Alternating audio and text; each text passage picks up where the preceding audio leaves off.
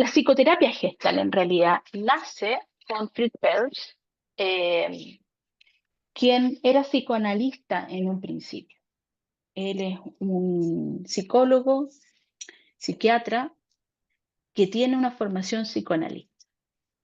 Y en la época en que él empieza a hacer psicoterapia, está esta psicología gestáltica, que está básicamente inserta en el estudio de las percepciones y en cómo los seres humanos vamos generando ciertas formas, vamos configurándonos a través de lo perceptual y vamos como armando ciertas formas en nuestras cabezas y le vamos dando sentido. ¿Qué significa eso? Significa que frente a un entorno complejo, completo y complejo, vamos como extrayendo, nuestro cerebro tiene esta capacidad de percibir ciertas formas particulares. Como bien dice ahí, la Gestalt se refiere a una entidad específica concreta, existente, organizada, que posee un modelo o forma definida, como palabra. Gestalt entonces significan cómo se perciben en la mente los objetos conocidos de la vida diaria. Y acá yo tengo algo que les quería compartir. Vamos a ver si se puede compartir esto. ¿Lo logran ver? Sí. Perfecto. ¿Se ve muy chiquitito? No. Se ve bien. Sí. Entonces, para entender esto, bueno, hay muchos clásicos, ¿no? Pero, ¿qué vemos? Sin darle mucha vuelta. Yo vi un ¿Qué mono ven? con un tigre o león. Yo vi un mono con un tigre o un león con Perfecto. un árbol ¿Qué de más? fondo. Un árbol de fondo. Lo primero que ven, por favor. No lo segundo. Lo primero que ven. Un árbol. Un árbol, Los animales. los animales.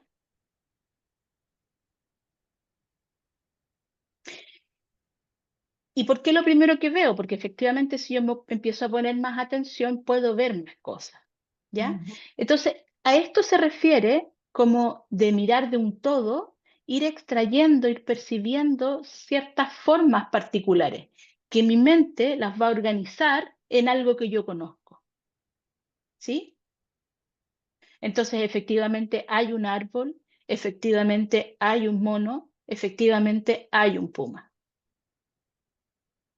Y si nos ponemos quizás a mirar con más detalle, vamos a ir encontrando aún más figuras, ¿ya? La figura, para hacer el anclaje al tiro con la psicoterapia, la figura en este caso sería aquello que resalta de este cuadro. Lo primero que nos resalta en este cuadro, que en el caso de algunos fue el árbol y en el caso de otros fueron los animales. Eso es lo que resalta. Y el fondo es la imagen completa, ¿sí? Ya luego vamos a ir comprendiendo que en un entorno igual para todos, no todos tienen las mismas figuras. Las figuras son particulares. Preguntas hasta aquí. Ninguna, maravilloso. Eso quiere decir que, por ejemplo, la filosofía Gestalt va más hacia el lado de todo lo que es abstracto. No es filosofía, Perdóname. es psicoterapia. Y Psicoterapia. más que abstracto es perceptiva, Ya. ¿ya? Bien. Acá lo que hicimos es que las figuras se fue armando a propósito de la percepción visual de esta imagen completa, ¿sí? Sí. Y eso nuestra mente la va configurando, la va ordenando y le va dando un significado particular. Ahora, como tiene que ver con las percepciones, vamos a ir entendiendo que no solo la vista me va a permitir ir configurando algo, una figura, ¿sí? Todo mi ser, de alguna manera, va a ir haciendo figuras, Ujú, haciendo figuras, ujú, ¿sí? ujú. Gracias. Ya,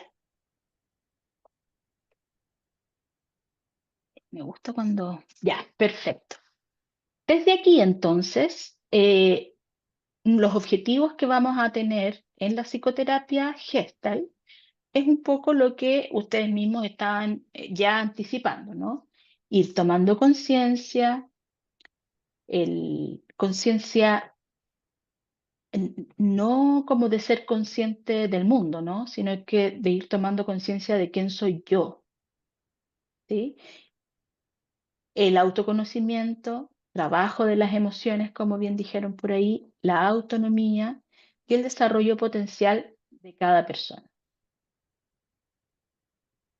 Estos objetivos nos van a ir permitiendo entonces liberarnos de ciertos bloqueos, que por lo general son bloqueos emocionales, situaciones inconclusas, em, que, como dice ahí, dificultan la posibilidad de relacionarnos con el mundo, ¿ya? Yo ahí actitudes inconscientes, se presta un poco para confusión ese concepto porque el psicoanálisis habla del consciente y el inconsciente. Y acá, cuando hablamos de actitudes inconscientes, no estamos hablando de actitudes que están en un aparato psíquico inconsciente, ¿ya? Hablamos de aquellas actitudes de las que no están siendo figura, de alguna manera, que no son una figura en mí.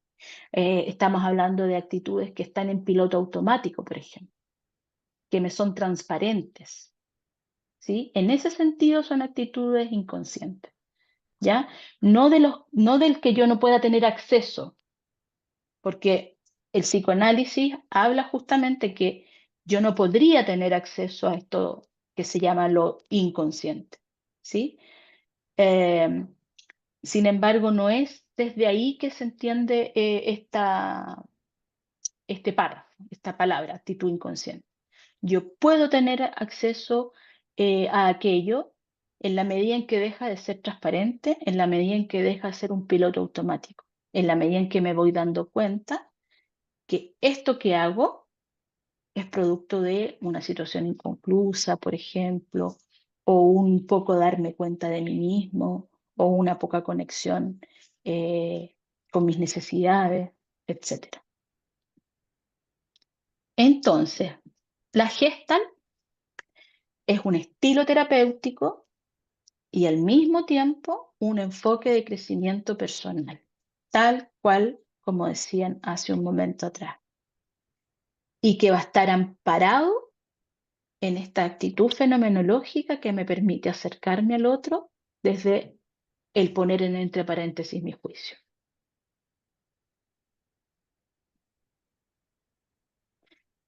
Entonces, Gestalt es menos control, menos pasado y futuro, menos intelectualización, menos rechazo, menos tengo que, menos culpa, menos interpretaciones, menos pensamiento, menos rigidez.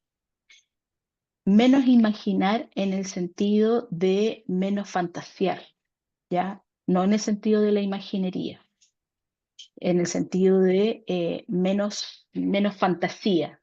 Muchas veces la fantasía es la que nos lleva a la ansiedad. Y es más libertad, es más presente, más aceptación, más experimentar, más quiero hacer algo en lugar de tengo que hacer algo, más responsabilidad en lugar de culpa, más obviedad en lugar de interpretación, más actuar, más hacer en lugar de tanto pensamiento y mayor espontaneidad. Esta lámina yo la encuentro preciosa porque de verdad que cuando uno está en el proceso terapéutico con sus pacientes se va dando cuenta que toda esta línea que dice menos, con todo esto llegan nuestros pacientes. Llegan con control, llegan anclados al pasado o al futuro, con mucha intelectualización, con mucho rechazo, con mucha fantasía, con mucho tengo que hacer, tengo, con mucha culpa, con mucha interpretación de las cosas, con mucho pensamiento y mucha rigidez. Y van transitando a través del proceso a todo esto. Es muy bonito porque después del tengo que, de verdad que quiero que así sea. Y empiezan a hablar en un lenguaje muy gestáltico, ¿sí? Ahora me doy cuenta que esto que hago, lo hago por no sé qué, como muy presente. Entonces, a mí me gusta esta diapositiva justamente porque habla de lo que es el proceso. Vamos transitando efectivamente así en todos estos puntos.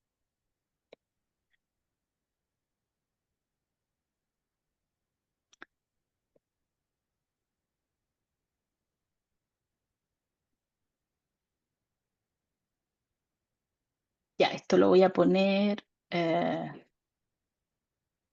un poco para que lo vean, ¿ya? Podemos trabajar en todas estas aristas. Esta diapositiva la tienen, principalmente porque lo trabajamos todo aquí, en el ahora, en el presente, y le vamos dando una mirada a todas esas problemáticas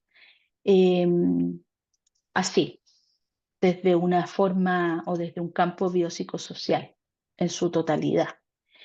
Entendiendo, como les decía hace un momento atrás, esta interacción entre el organismo y el entorno, que es organismo-ambiente.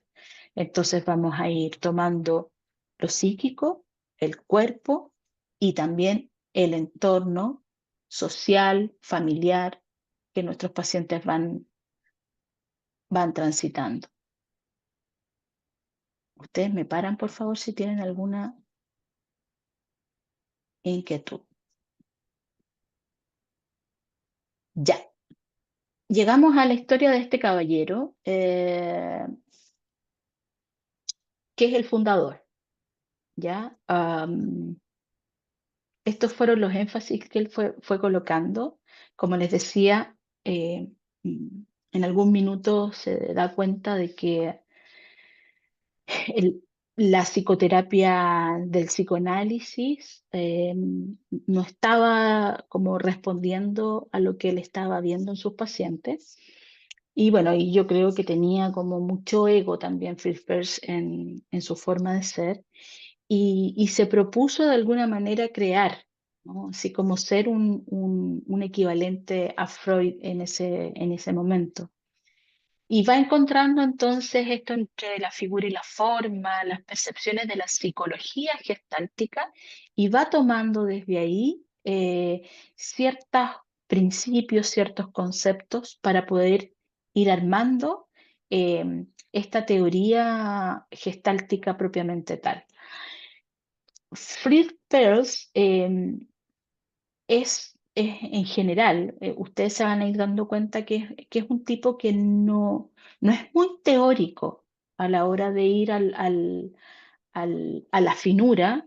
eh, Tiene libros exactamente, pero tiene libros que no tienen mucha teoría como de base, como que él en realidad no es no hace una analogía teórica muy clara.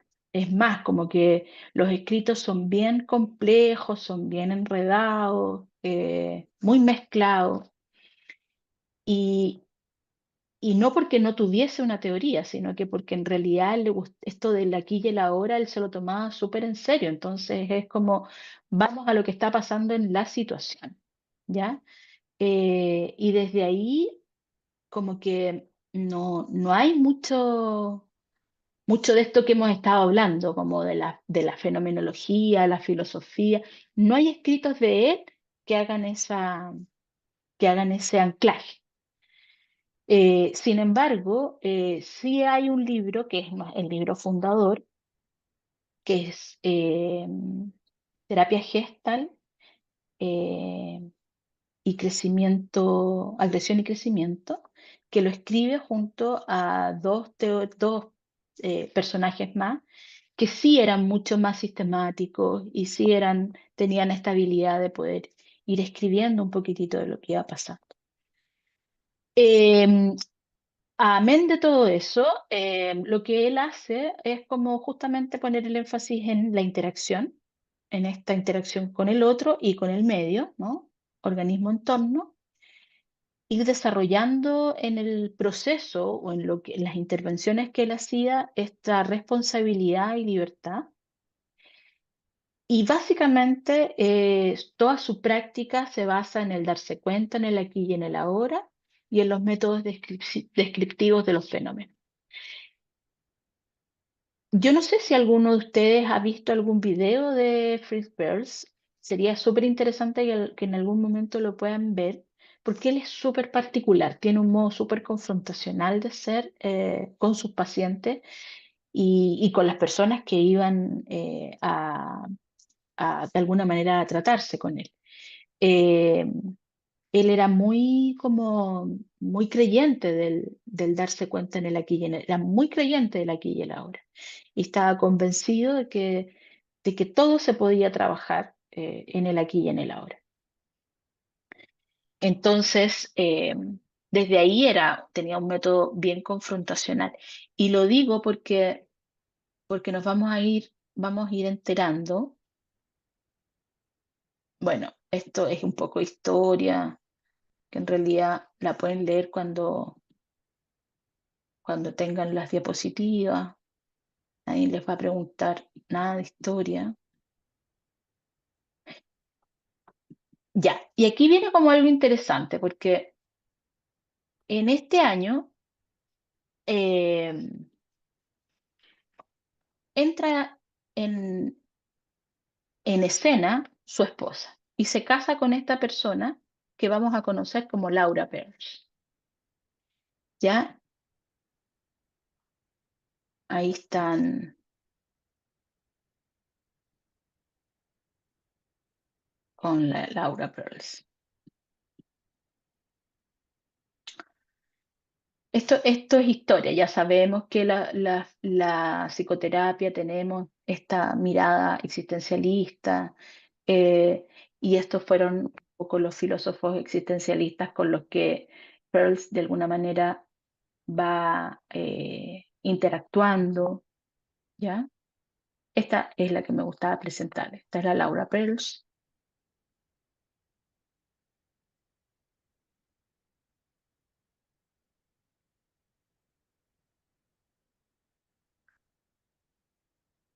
Este es uno de los primeros libros que él escribe. Se llama Yo, Hambre y Agresión, que de verdad que es un libro que yo directamente de él no lo leí porque es muy difícil. Leí una como, como qué es lo que hacen algunos autores, como un compilador, no un interpretador, pero como que alguien que hizo una bajada un poquito más clara, que se llama Pedro de Caso. Y él hace toda un análisis de este libro para poder entenderlo. Porque la verdad las cosas es de que, como les digo, era un muy mal escritor y solo él se entendía lo que escribía.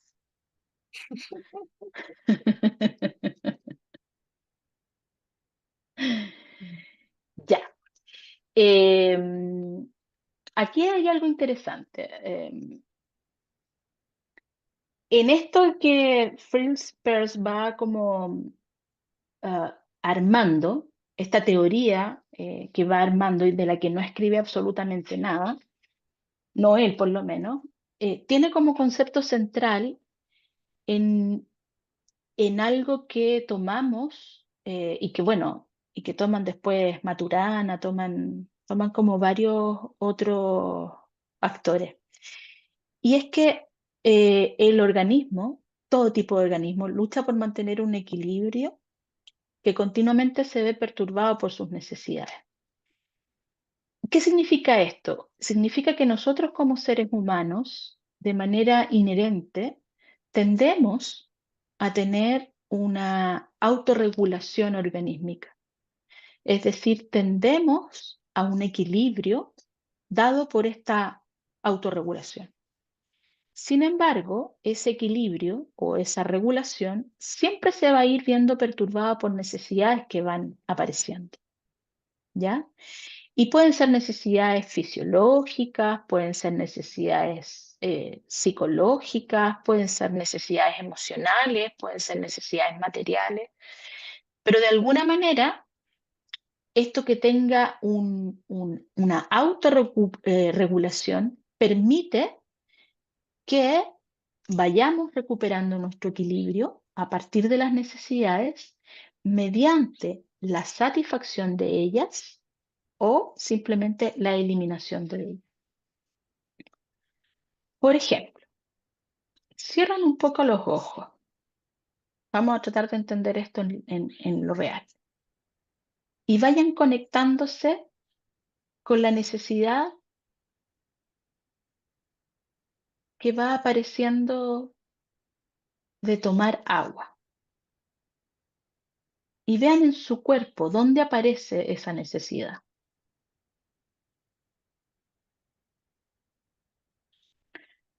Puede ser que podría aparecer en la boca, que aparezca una cierta sequedad. Y en este minuto están completamente conectados con esa necesidad de tomar agua. Y no hay nada más a lo que le puedan poner atención que solo esa necesidad. ¿Lo pueden experimentar? Sí, ¿cierto? Abramos los ojitos. ¿Qué, qué significaría en este ejercicio recuperar el equilibrio para volver a estar presente conmigo aquí y en el ahora?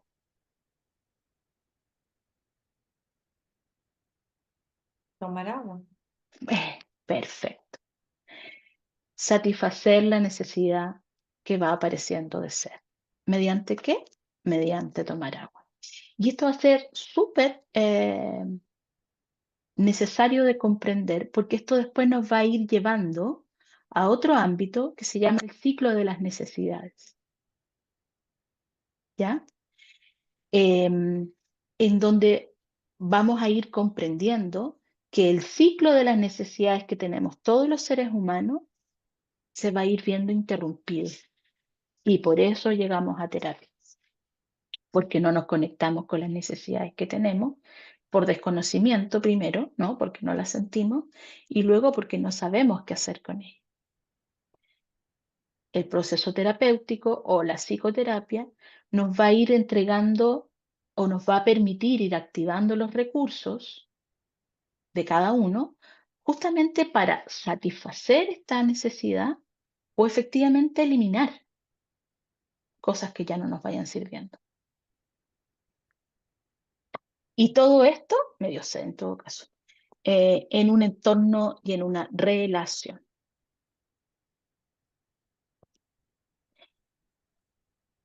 Ya,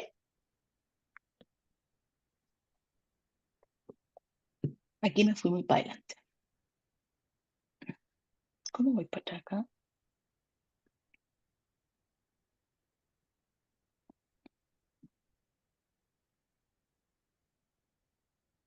Em, Finalmente, este caballero, lo interesante de esto, bueno, la biografía la pueden encontrar en cualquier lugar, por eso es que la estoy pasando rápida. Em, Finalmente, este caballero, después de 12 años, como dice ahí, la relación que va teniendo con Laura Pearls se va deteriorando y se van separando. ¿Y por qué hago este énfasis de separación? Porque cuando ambos se separan, bueno, de hecho, la Laura Pearls trabaja mucho cuando se casa con él, trabaja mucho en la parte teórica. Ella era artista, me parece que era bailarina y después fue, estudió psicología. Entonces, era una mujer que aportaba mucha teoría, mucha creatividad a esto que Fritz Perls hacía. Y bueno, por X razones se van separando los dos. Y aquí lo interesante es que se va armando una mirada que de alguna manera nos persigue hasta hoy día a todos los gestálticos. Y es que se va creando una gestal de la costa este y una gestal de la costa oeste. Una liderada por Pearls y la otra liderada por Laura. ¿Y por qué hago este alcance? Porque en ambos van a haber formas distintas de trabajar y en la medida en que ustedes vayan avanzando, se van a ir dando cuenta de que, si bien es cierto, todos los caminos llegan a Roma, es importante esta separación que en algún minuto apareció producto de su propia relación o de su propio deterioro, es importante como ir volviendo a unirse, como que no mirar desde si soy oeste, si soy este, porque ese diálogo está muy instalado hasta el día de hoy. Entonces, las principales, antes de pasar a ese espacio, las principales diferencias que las quiero compartir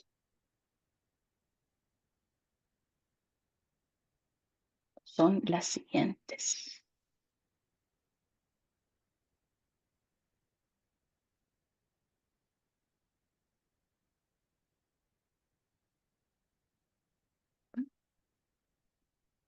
¿Dónde quedó?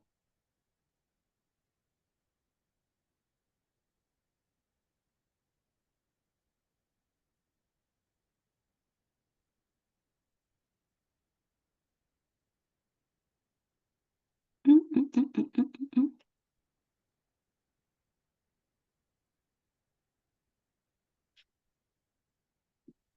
Qué divertido. Tenía aquí para compartírselo y se me desapareció. Bueno, las cosas pasan. Ya. Las principales diferencias que van a existir entre uno y el otro es que, como les decía en un principio, Free Pearls era mucho más confrontador y mucho más apegado un poco al contenido de las cosas. Y la Laura era mucho más, no poniendo tanto atención en el contenido y sí un poquitito más a los micro y macro movimientos que la persona podía hacer. Entonces, ¿en qué se resume esto? Por ejemplo, eh, un paciente viene con un conflicto X y Free Pearls va a poner mucha atención en todo el contenido de ese conflicto, ¿ya? Va a querer saber qué pasa, va a querer decir, eh, ¿y cómo te sientes con todo esto que me estás contando aquí y ahora? ¿Sí? Va a tratar de ese conflicto que puede estar en el pasado, traerlo al presente y tratar de vivirlo en el presente, en el aquí y en el ahora. Sin embargo, la Laura lo que va a hacer es estar mucho más centrada en la relación, en el sentido de que va a estar atenta Va a estar atenta al contenido, pero ese no va a ser su foco principal. Su foco principal, por ejemplo, va a ser los micro movimientos que el paciente está haciendo cada vez que habla.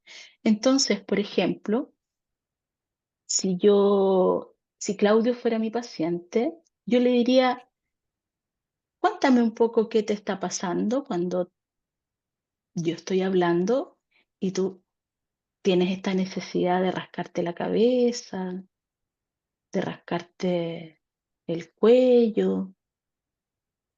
¿Hay algo de lo que yo esté haciendo que te haga sentir esa necesidad? ¿Está muy difícil lo que estoy explicando? ¿Está muy No, para nada, enredado? me hace mucho sentido y estaba pensando si era Team Laura o Team Fritz.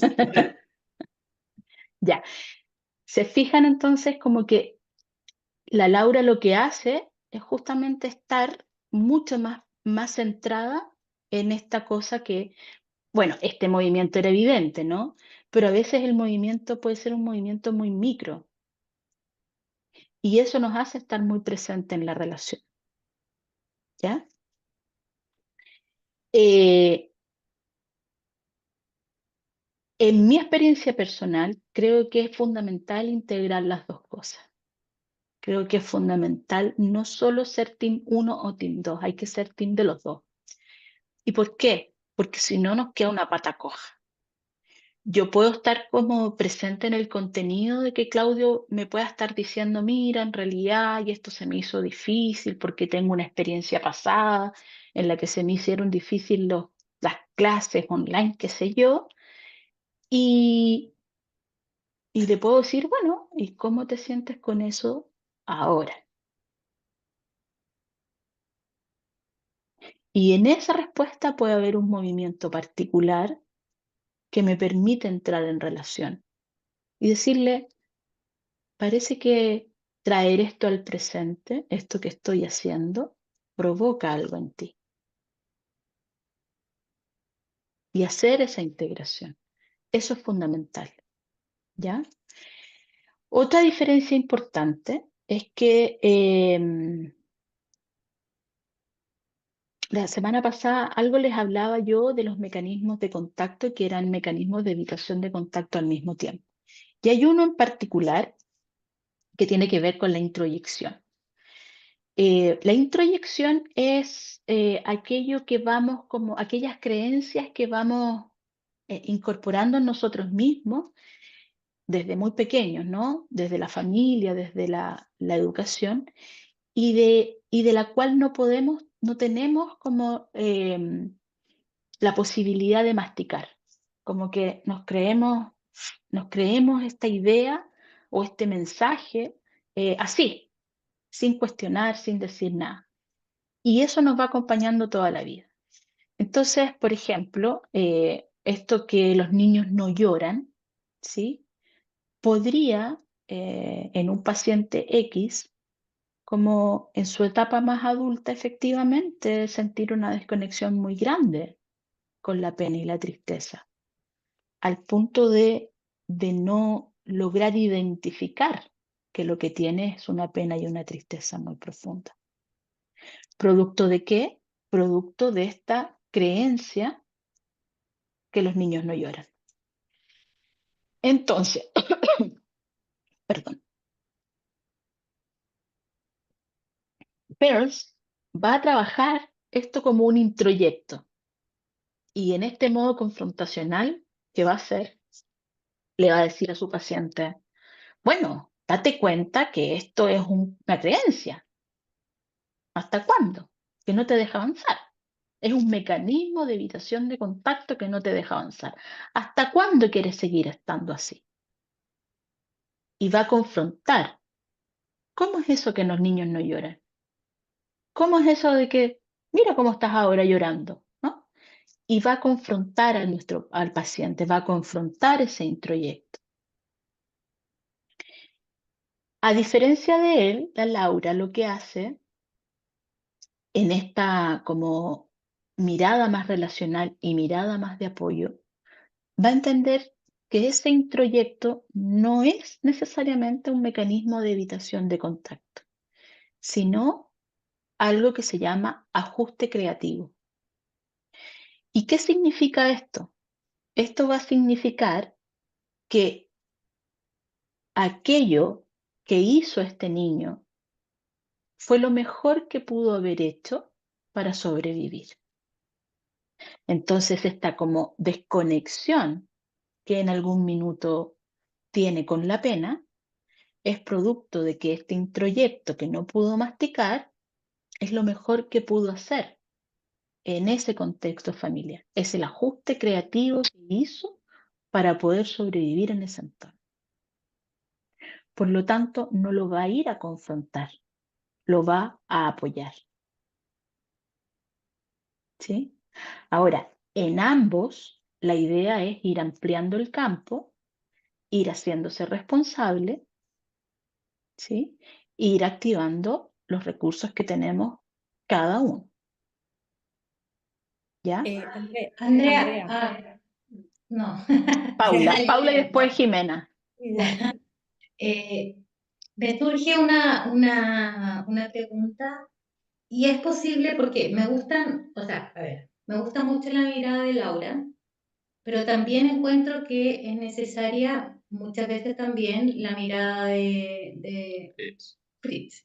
Entonces, me imagino que se pueden ir mezclando ambas miradas dentro de la terapéutica, ¿no? Es posible, ¿cierto? O sea, creo que Por lo... supuesto, o sea, eso fue lo que dije, ¿no? La idea. Como Ujú. no ser team de uno o de otro, sino que tratar de hacer esta integración. Porque si bien es cierto, es necesario apoyar a nuestros pacientes, ¿sí? También es necesario muchas veces poder confrontar esa situación, ¿sí? Y cada uno tendrá su forma particular de confrontar. Lo que pasa es que Fritz Perls, por eso los insto a que vean un video. Para mí, este es mi gusto, eh, llega a un extremo muy como, como poco maternal, si queréis, si lo puedo plantear de alguna manera, ¿no? Como poco menos apoyador. Es como, ya, o se rompe o se raja nomás, ¿cachai? Esto es como, perdón, esta que ha grabado, sorry. Em, pero a veces es necesario, ¿sí? A veces es necesario un poquito de poner las cosas más en perspectiva. Jimena, te escucho. Sí, dos comentarios. Justamente esa confrontación puede ser que hay pacientes que no les agrada y no vuelven a consulta, ¿no? Porque no les gustó el estilo, ¿no? No les... Y a veces a mí me ha pasado que me siento insegura al comienzo, todavía cuando estaba comenzando, porque dices, uy, ese es mi estilo abogado, que vengo en que sí, y ahora me voy dando cuenta de que no, ¿no? Tiene también un enfoque gestáltico y eso es valioso reconocerlo. Pero sí, Exacto. el paciente a veces no le agrada tu estilo, ¿no? Y eso hace.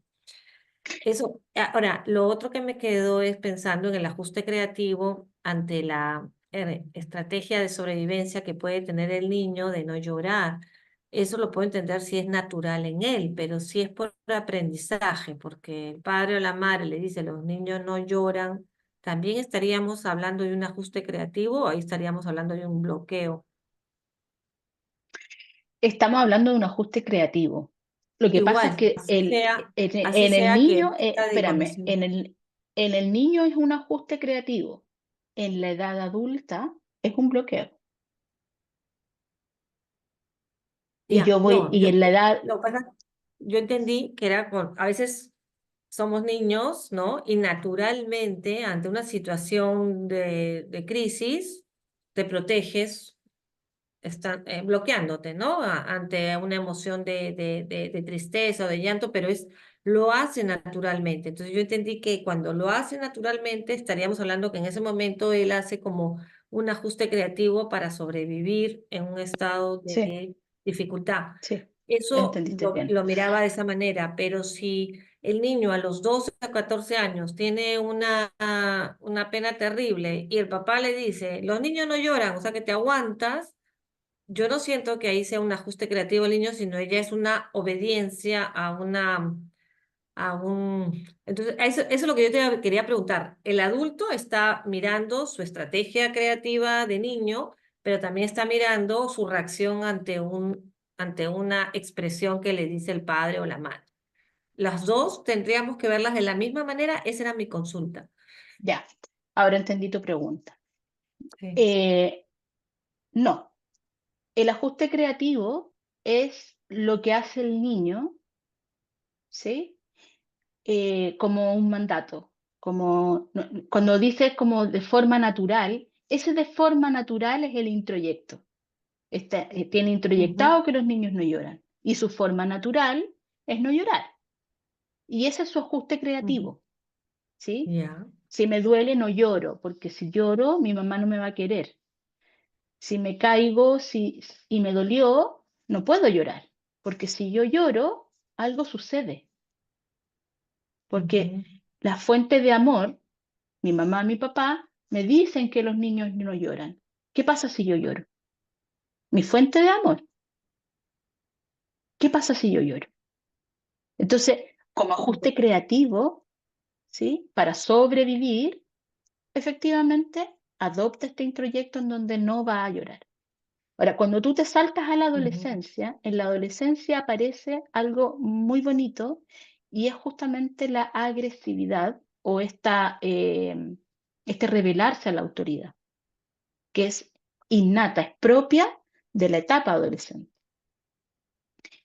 Y lo que trae esa etapa adolescente en donde nos rebelamos a la autoridad que son los padres es justamente la posibilidad de masticar esta idea, de decir, a ver, ¿cómo es eso que los niños no lloran? ¿Qué pasa si yo tengo pena? Puedo llorar igual, ¿sí? Y eso sería sumamente sano, poder cuestionar ese introyecto que viene desde niño, que es un ajuste creativo porque era lo que hice en ese momento, pero que ahora como adolescente cuestiono. De hecho, los adolescentes cuestionan todo, ¿sí? Y eso es sano. ¿Dónde está, entre comillas, lo no tan nutritivo? Es que frente a ese rebelarse, ¿qué hace el adulto? Te pregunto. Lo vuelve a castrar, digo yo, o lo Lo, grita, lo deja. exacto, lo vuelve de alguna manera, vuelve a reforzar que los niños no lloran, Ujú. ¿sí? Entonces, eso podría traer como consecuencia a la larga este desbloqueo del que te digo yo, este bloqueo, esta como desconexión emocional con la que llegan nuestros pacientes. Entonces, ¿cuál Ujú. es nuestra labor ahí? Bueno, Reconectar. volver a conectar, Ujú. pero volver a conectar, en este caso, que desde lo integrativo, ¿no? Como entendiendo que fue lo mejor que pudo hacer, como un ajuste creativo en su infancia, que sería la mirada de la Laura Pearls, y al mismo tiempo darle los recursos o permitirle los recursos de masticar, ¿sí? Esta idea, esta creencia, y poder como armar su propia creencia, ajustarla de alguna manera a quién está siendo hoy, a quién estoy siendo yo hoy. ¿Sí? Y este masticar, que es un poco más agresivo, ¿sí? Es más desde la línea de Fritz, de Claro. la Y costa ahí pueden salir oeste, muchas emociones todavía, ¿no? por Porque cuando ha habido supuesto. mucho bloqueo, salen, ni siquiera es la auténtica, ¿no? Son las que van filtrándose de repente, ¿no? Hasta llegar a su esencia, ¿no? Esto es pelar la cebolla todo el rato, así es que sí, vamos Ujú. sacando capita por capita, capita por capita, efectivamente. Ujú. ¿Te respondí? ¿Te quedó más claro ahora? Sí, claro, gracias. Perfecto. ¿Alguien más tiene alguna duda?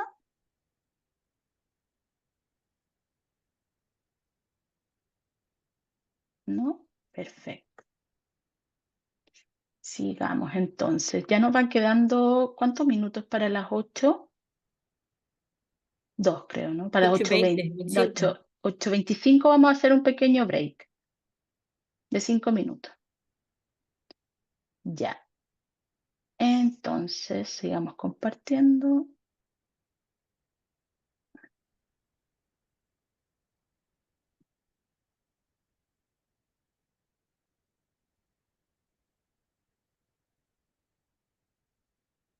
Ah, estoy cargando. Voy a dejar de compartir mejor y les vuelvo a compartir.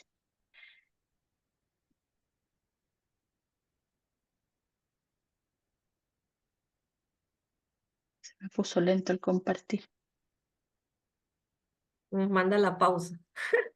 Sí, nos manda la pausa, tal cual. Ya, hagamos un break chiquitito. 5 minutos, ya, y volvemos. Gracias. Ya.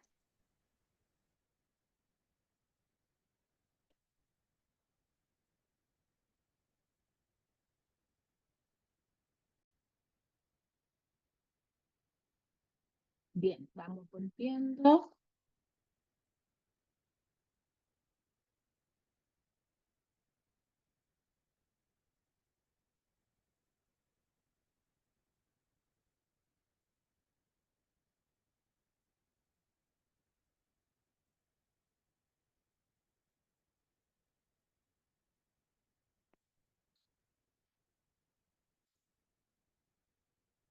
Ya, continuemos. Entonces, como parte de esta historia, va Peirce, ya después de esta separación, conoce a Goodman y a Hefferline, con quienes, como les decía yo, escribe su obra central. Y también por esos años, un poquitito después, funda el Instituto de Cleveland, que permite ir visualizando esta Gestalt de la costa oeste. Y luego otro hito importante es la fundación de este instituto, Esalen, eh, dejando el Instituto de Nueva York bajo la dirección de la Laura Peirce. Ahí es donde se hace esta separación ya más clara.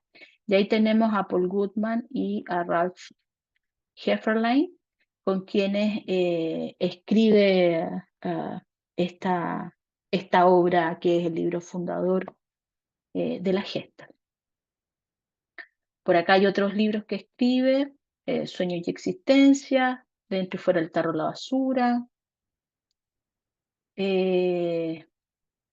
y muere en 1970 de cáncer. No me extraña que muera de cáncer.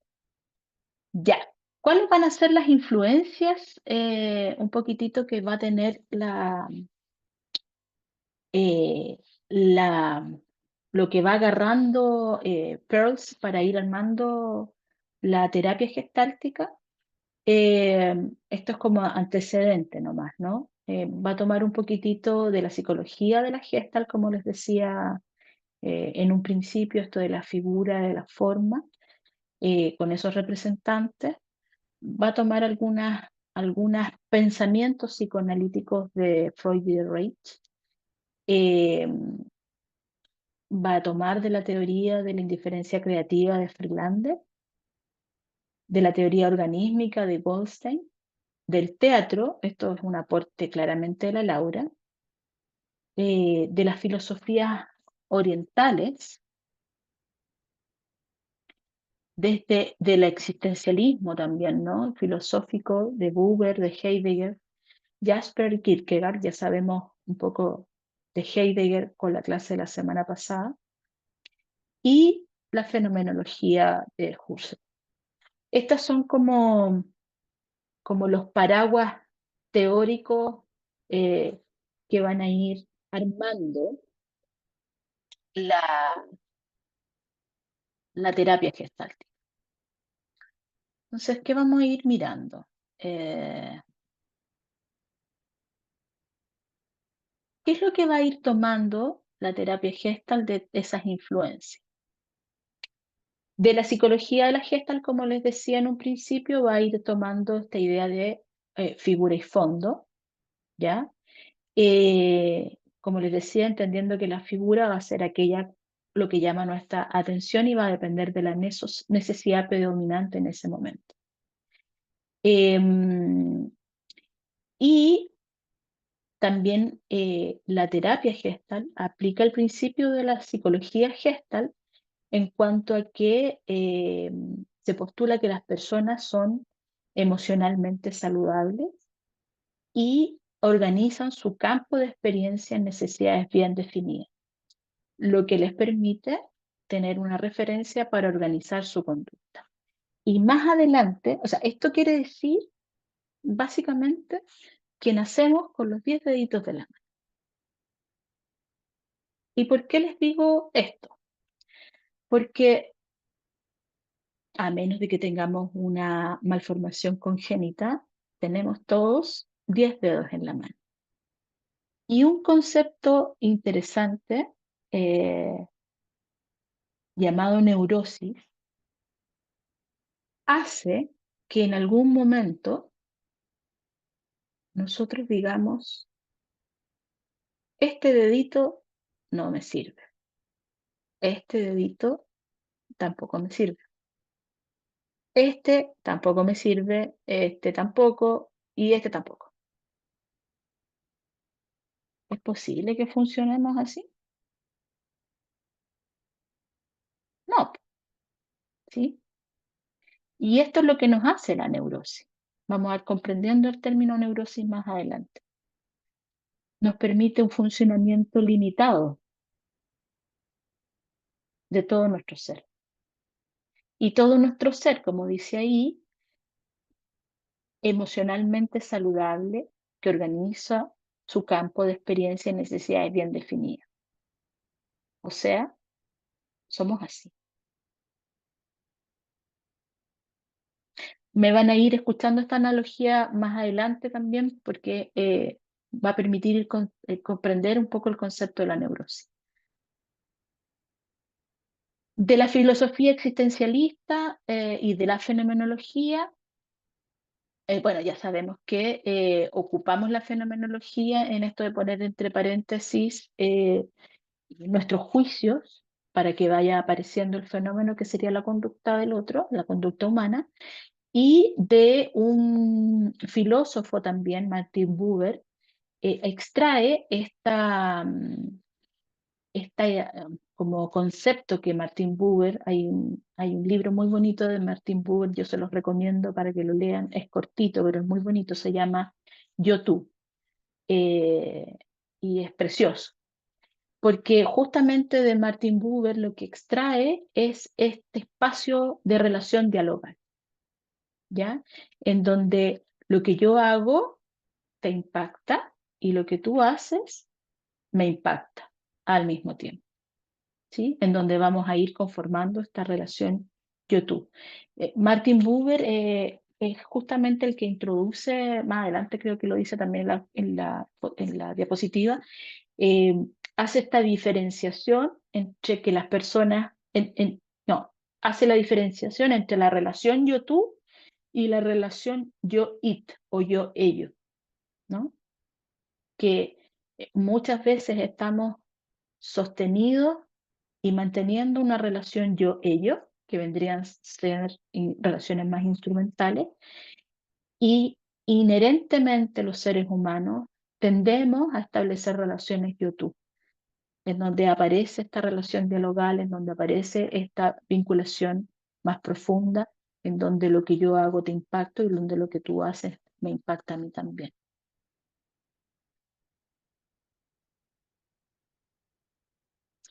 Otro concepto que toma de Buber es el tema de la conciencia, ¿sí? Y asumir la responsabilidad de ser, de lo que hablaban ustedes un poquitito al principio, ¿no? Como esto de ser responsable en el aquí y en el ahora, ser consciente de lo que estoy decidiendo. Entendiendo que el pasado nos va a servir como un punto de referencia solo para comprender la realidad presente y el futuro nos va a permitir solo proyectarme en las metas que se pueden alcanzar siempre y cuando yo esté presente aquí y ahora. Siempre y cuando aquí y en el ahora yo pueda ir desplegando todas las potencialidades y los recursos, o sea, hacer esto, recuperar los 10 deditos de la mano. Hoy no sé qué. No, como decía una compañera al principio, efectivamente no se desecha el pasado y tampoco el futuro, pero no es nuestro punto de comprensión. No es lo que vamos a llegar a trabajar. No vamos a trabajar en el pasado y en los anclajes del pasado, tampoco vamos a trabajar en el futuro. Los vamos a tener presentes. ¿Para qué? Para poder comprender en el aquí y en el ahora, en el presente, quién es la persona que tenemos enfrente. ¿Quién eres tú? Como hablábamos la semana pasada. Desde el existencialismo, bueno, se van rescatando todas estas globitos que ven ustedes ahí, ¿ya? Que para mí, y lo que hablábamos y lo que decía la Paula al principio de la clase, eh, el contexto y el tiempo, la conciencia de muerte, la búsqueda de sentido, eh, la angustia versus la libertad, el respeto y el compromiso con el otro, la revalorización del humano, para mí son figuras. O sea, creo que si bien es cierto, trabajamos con todo esto, en la psicoterapia gestáltica ponemos mucho énfasis en eso que les acabo de decir. Conciencia de muerte, angustia versus libertad, respeto y compromiso, revalorización de lo humano, contexto y tiempo, búsqueda de sentido. Esto yo diría que es el eje de todo, ¿sí? La responsabilidad sobre la propia vida. Este también, porque este nos permite como masticar estos introyectos de los que hablábamos al mismo tiempo, hace un minuto atrás. O sea, en realidad todos los temas son trabajables, o sea, los tomamos como ejes, eh, y bueno, y unos podrían resaltar más por sobre otros. Yo, como les digo, a mí este es el que más me hace sentido dentro de todo. ¿Mm? Ahí como para que lo tengan, bueno, tienen ustedes estas diapositivas.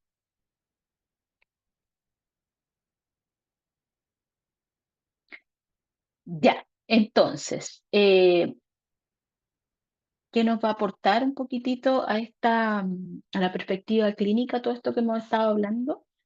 Ser en el mundo, eh, ser en una situación y en un tiempo particular, esta existencia genuina, real, esta conciencia de finitud, esta construcción de sentido propio y compromiso con el otro, esta responsabilidad y libertad en lugar de soledad y angustia, o sea, como ir haciendo esa transición y esta relación yo-tú y no cosificación de del otro ni de mí mismo, o sea, no una relación yo-ello. Y esto es como, eh, esto es importante tenerlo claro, ¿sí? Esta diapositiva. ¿Hay algo que necesiten preguntar antes de pasar a la otra diapositiva? Sí, sí, por ejemplo, en la Gestalt es Ujú, un tema existencial, es la búsqueda de sentido. En ujú. otra corriente psicológica, ¿cuál sería? En otra psicoterapia, una cognitiva, ¿cuál sería el tema central? Uy, pero no soy cognitiva yo. Ah, ok, ok. No, solamente para tener una idea porque todo este diálogo que has expuesto conversa mucho con lo que pienso, pero ya pensaba de cómo sería un eje central. Mira, en lo cognitivo no necesariamente hay una pregunta de quién eres tú, Ujú, ¿ya? En lo cognitivo no necesariamente hay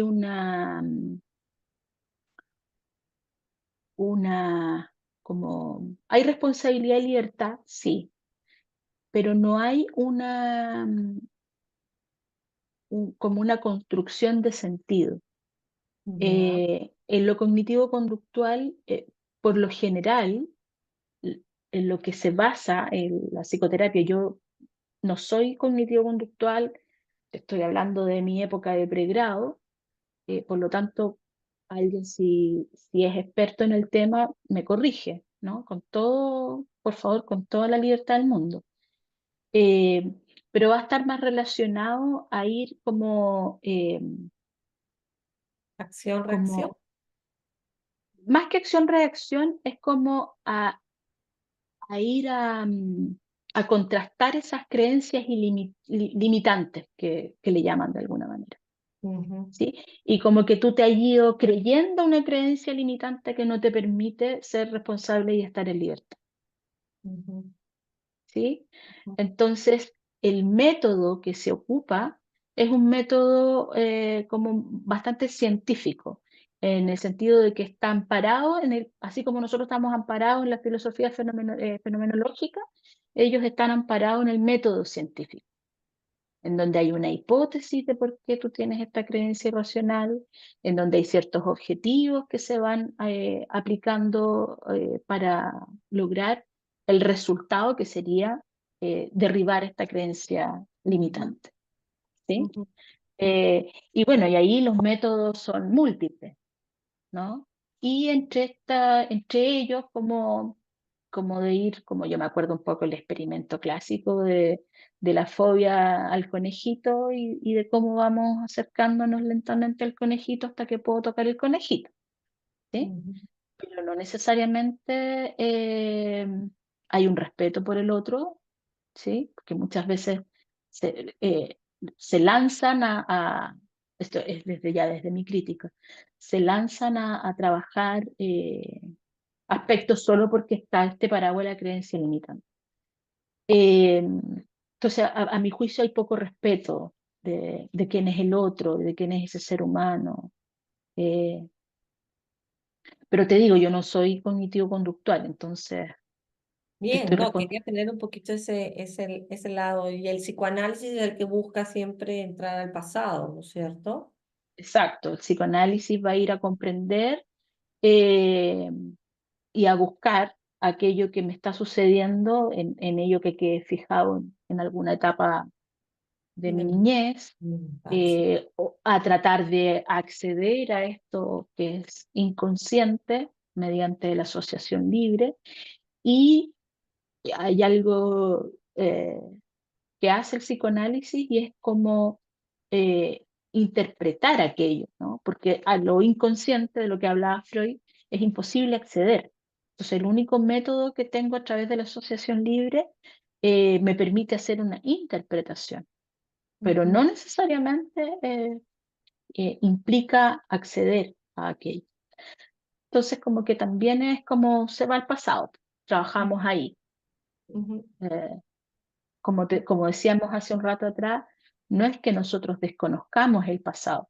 De hecho, ujú, en mi experiencia clínica es muy gratificante para las personas como encontrar una cierta lógica en lo que les ocurre en el pasado para poder comprender lo que les está pasando ahora. Es ujú, gratificante como decir, ¡ay, qué bueno saber que esto viene! No es una idea que me inventé, no estoy loco o loca, y tiene como un sustrato allá, ¿sí? Entonces puede ser en un primer inicio bastante aliviador, pero el foco va a estar puesto en comprender quién es ese ser humano, con toda esa historia, ujú, ¿sí? Con toda esa historia, comprender quién está haciendo en el aquí y en el ahora y de qué manera vamos a ir activando esos recursos, vamos a ir como construyendo de nuevo estos 10 deditos de la mano a propósito de que nacemos sanos, a propósito de que emocionalmente nacemos para ser felices. Ujú, ¿Sí? ujú. Andrea, disculpa, yo tengo una pregunta. En esta Dime. construcción del sentido, toman, no he escuchado de Víctor Frank, pero ¿no toman la mirada de él en esta búsqueda del Sí, sentido? sí, absolutamente. Ah, Creo que está más perfecto. adelante en la diapositiva, en las diapositivas Ah, de ok. más adelante. Vámonos Sí, con calma. ya, gracias.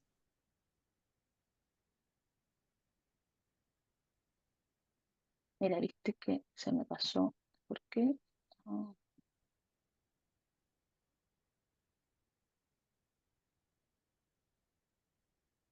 ya. Yo vi esta diapositiva, fíjate, y como que me gustó verla, porque, porque también hay una cierta incursión de Pearls en este ámbito, ¿no? Como del budismo zen, del taoísmo. Desde ahí me hace mucho sentido todas estas prácticas de mindfulness que van apareciendo ahora. Me hace mucho sentido como ir comprendiendo un poco más allá de solo este quién soy yo existencial, sino que en este espacio incluso puede caer el ámbito más espiritual del que eh, algunas miradas tienen también desde la Gestalt, ¿no? Como que me he topado con Gestalt y espiritualidad, ponte tú, una cosa así. Y bueno, y es gracias a esta influencia en donde va tomando un poco de la pausa, del ir tomando conciencia de los ritmos, de la lentitud, ¿sí? Y principalmente de ir poniéndose en contacto con aquellas cosas que son las dos caras de la moneda. Y desde ahí vamos a ir como, van a ir apareciendo algo que se llama polaridades. Desde esta mirada del budismo zen, eh, van a ir apareciendo el concepto de polaridades en donde una misma característica va teniendo su lado yin yang, ¿no? Va teniendo un lado oscuro y un lado luminoso, ¿ya? Y ahí lo que hacemos es como entrar en contacto con ambos lados.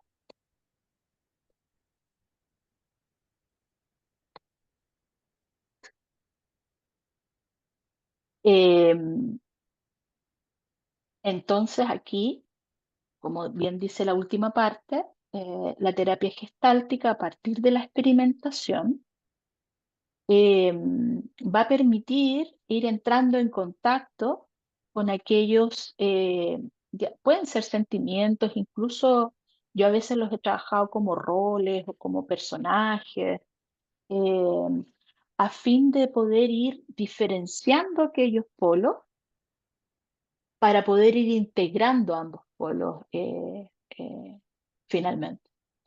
¿Qué significa esto? Esto significa, por ejemplo, a ver, cuando hablábamos de la primera sesión de aquellas cosas que yo les decía que les gustan de ustedes, ¿no? ¿Se acuerdan que la presentación es como qué es aquello que les gusta de ustedes y que quieren que nosotros conozcamos? Y la segunda instrucción era, ¿se acuerdan? ¿Cuál era? Te doy. Lo que no nos No, gusta, eh, lo que exactamente, Ajá. queremos compartir. exactamente, lo que no Mm. nos gusta. Entonces, vamos a ir viendo que somos uno solo, ¿no? No es que haya, por ejemplo, una Paula con ciertas características y otra Paula aparte con otras características. Es una sola Paula, ¿sí?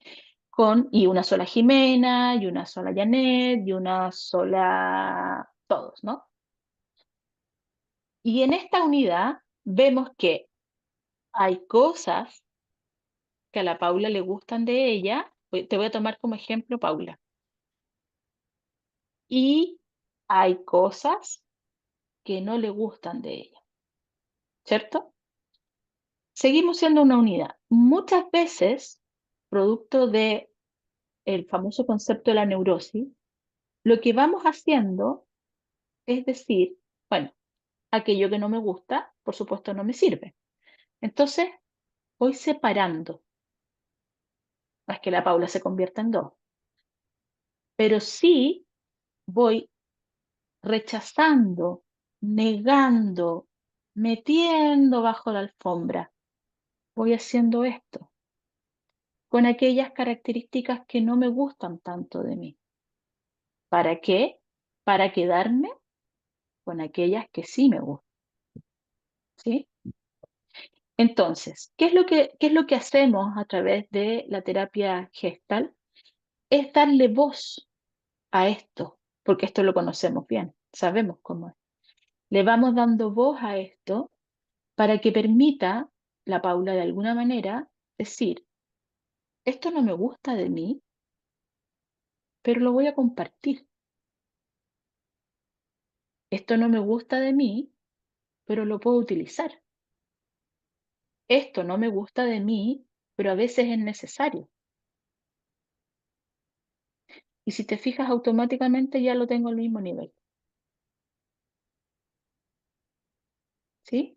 Esto es lo que vamos a llamar dos polos de la misma moneda.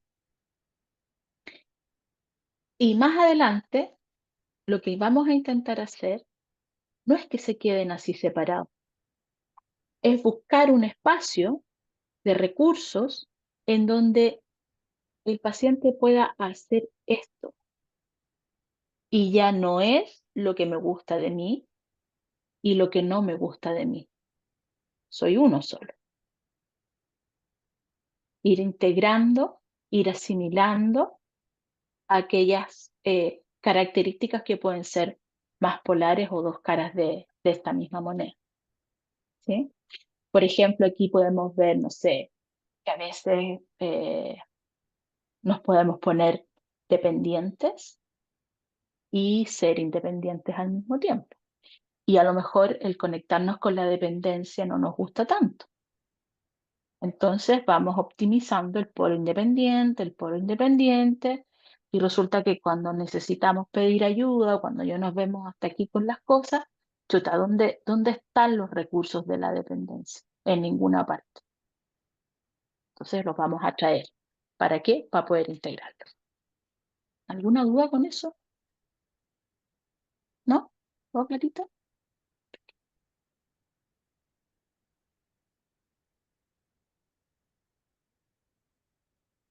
Sigamos compartiendo. Veo que ya no ven lo que estoy compartiendo, ¿cierto? No, sí se ve. ¿Se ve? Ah, perfecto. Ahora no lo Muy veo bien, yo. muy bien, Qué Lourdes. lindo. Ay, sí, ya. Ya. Entonces, a eso se refiere con ponerse en contacto con sentimientos primarios, porque efectivamente conectar con aquello que no me gusta de mí puede tener emociones a la base bastante fuertes, ¿no? O conectarme con este aspecto más débil de mí también puede tener emociones eh, bastante fuertes. Entonces, primero los diferenciamos bien, como esta es esta y esta es esta, para que ambos sean reconocidos y logremos esta unión, esta integración.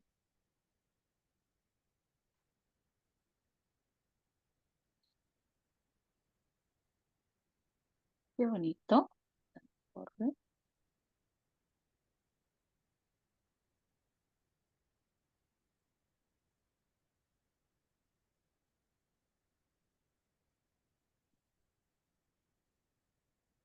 Voy a tener que hacer un curso rápido de compartir pantalla porque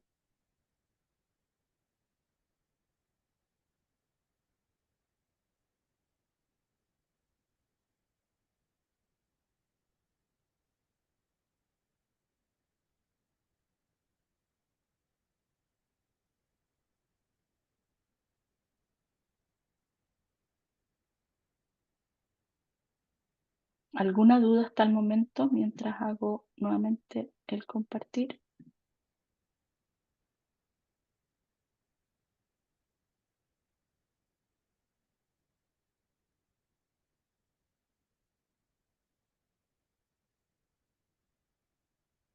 Ya.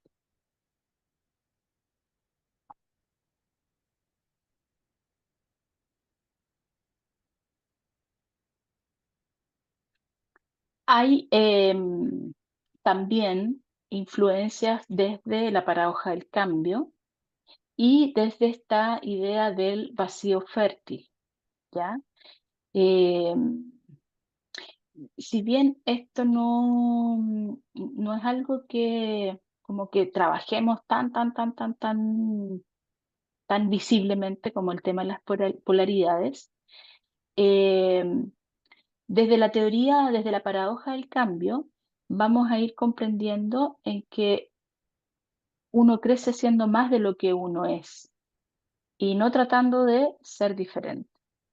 Esto consiste en que en la medida en que vamos siendo conscientes de quiénes somos, ¿sí? Dejamos de tener la máscara que habitualmente poseemos, ¿sí? Que habitualmente nos vamos como eh, instalando para movernos en el mundo. Si bien es cierto, vamos a necesitar recursos diferentes para situaciones diferentes, es muy distinto elegir qué hacer en una situación X a ponerme una máscara y ser quien no soy, ¿sí? Entonces, desde ahí se entiende esta paradoja del cambio, en donde nos vamos haciendo responsables de quiénes somos de manera más auténtica, de manera más libre.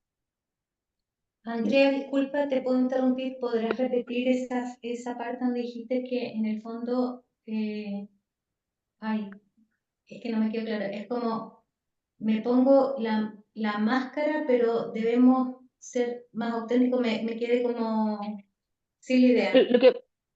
Lo que ocurre es que por lo general en esta piloto automático, ¿sí? Nos ponemos una máscara de quiénes somos, tratamos de ser alguien que no somos. ¿Sí? Y si, por ejemplo, si seguimos con el mismo ejemplo de la independencia versus la dependencia, yo puedo estar en el polo independiente todo el tiempo y frente a una situación en donde a lo mejor me quedo sin trabajo, en una situación en donde necesito activar redes, si sigo por la vía de la máscara de la independencia, es probable que no pueda pedir ayuda, por ejemplo. ¿Sí? Entonces, esto nos va permitiendo entender eh, que efectivamente somos más de lo que creemos que somos, pero cuando entramos en contacto con quienes somos, como con esa totalidad, ¿sí? Y no con esta máscara de alguien que no somos. No somos solamente independencia, no solamente autonomía. No necesitamos andar con la máscara de la exigencia o del perfeccionismo para todos lados. Eso es posible de comprender en la medida en que entramos en contacto con la totalidad de quienes somos. Normalmente eso sucede cuando te sacan de tu confort, ¿no es cierto, Andrea? Cuando nos sacan, al menos yo lo he vivido de esa manera, si no conoces tus recursos y tus debilidades, ¿no? Exacto. Lo que pasa es de que cuando nos sacan de nuestro confort es cuando entramos en conflicto. Y cuando vamos a terapia, cuando estamos conflictuados. Cuando la misma manera de hacer las cosas deja de ser funcional. Claro, claro. ¿Te fijas? Ahí vamos a terapia. Por eso es que es tan importante y cobra mucho sentido como saber cómo llegan nuestros pacientes a la consulta. Es muy distinto que un paciente nos llegue porque quiere ir a terapia o porque la pareja le dijo que tenía que ir a terapia o los amigos le dijeron que tenía que ir a terapia. no Ujú. solo por el compromiso y la responsabilidad, sino que justamente porque no necesariamente voy a ver un conflicto. No necesariamente entiendo que tengo un conflicto o hay un conflicto en mí. Son los otros los que me dicen que tengo un conflicto. ¿Te fijas? Entonces, por lo general, esas terapias, eh, yo en mi práctica creo que Va al no fracaso. tienen, no tienen buen puerto, son un fracaso. Ujú. Me acuerdo una vez una alumna que me dijo, oye, ¿podía atender a mi mamá? Que no sé qué. Sí, le dije yo, dale mi número. Y me llamó la mamá, primera sesión. Y la señora se pasó hablando pestes de la hija toda la primera sesión. Y bueno, le digo yo, ¿y entonces qué hacemos juntas las dos? No tengo idea, me dijo, porque tendría que cambiar a mi hija. Entonces dije, ¿sabes qué? Con mucho respeto, yo no soy la terapeuta indicada, porque la verdad las cosas que creo que tu hija, con el hecho de decirte, de darte mi teléfono y de permitirte un espacio de crecimiento, es como todo lo contrario a lo que me estáis diciendo tú. Entonces, no estoy tan segura si cambiar a tu hija sea la solución, porque ella estaba perfecto. Yo no tengo idea por qué mi hija quiere que yo venga a terapia, pero aquí estoy. ¿Te fijas? Mm. Entonces, como que en esos momentos es importante también como terapeuta ser coherente con uno. Como que esto mismo que vamos de alguna manera acompañando a nuestros pacientes a que aprendan, eh, tenemos que de alguna forma también hacerlo carne en nosotros mismos. Por ahí dijeron al inicio como mirar como una forma de vivir. Y es real. No solo la fenomenología es una forma de vivir, la Gestalt es una forma de vivir la vida. ¿Sí? Entonces, eh, ahí es fundamental también que nosotros hagamos terapia. O sea, no tenemos por qué ser perfectos, pero sí es necesaria la terapia, sí es necesaria la supervisión de casos. ¿Te fijas? Para ser coherentes, para ser congruentes con esto que le estamos de alguna manera pidiendo a nuestros pacientes o acompañando a que descubran más que pedir.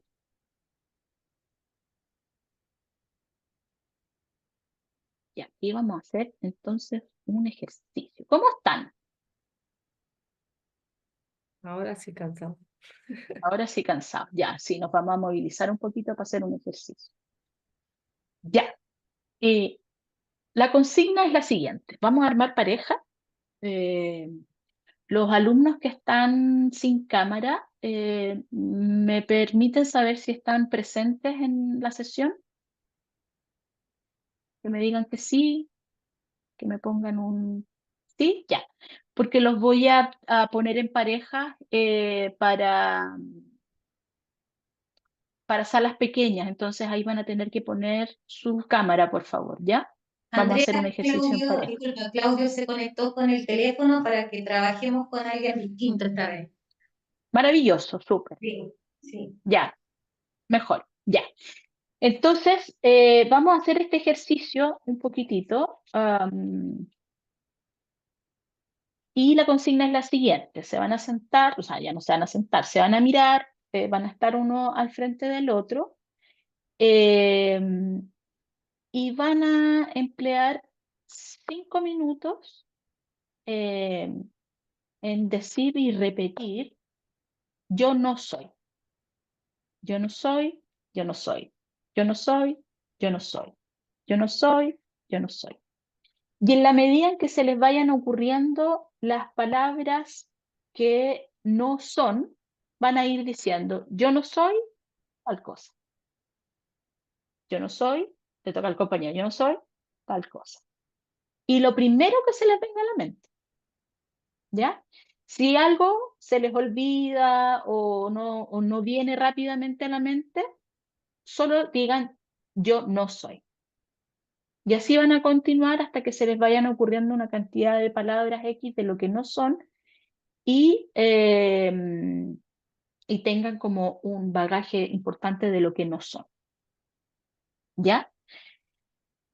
Y vayan construyendo una lista entonces de lo que no son. ¿Ya? Van a pasar 5 minutos de que vamos a hacer este ejercicio. Van a parar el ejercicio y se van a hablar un poco de la lista que anotaron de lo que no son, para que vaya surgiendo un resumen de lo que no son.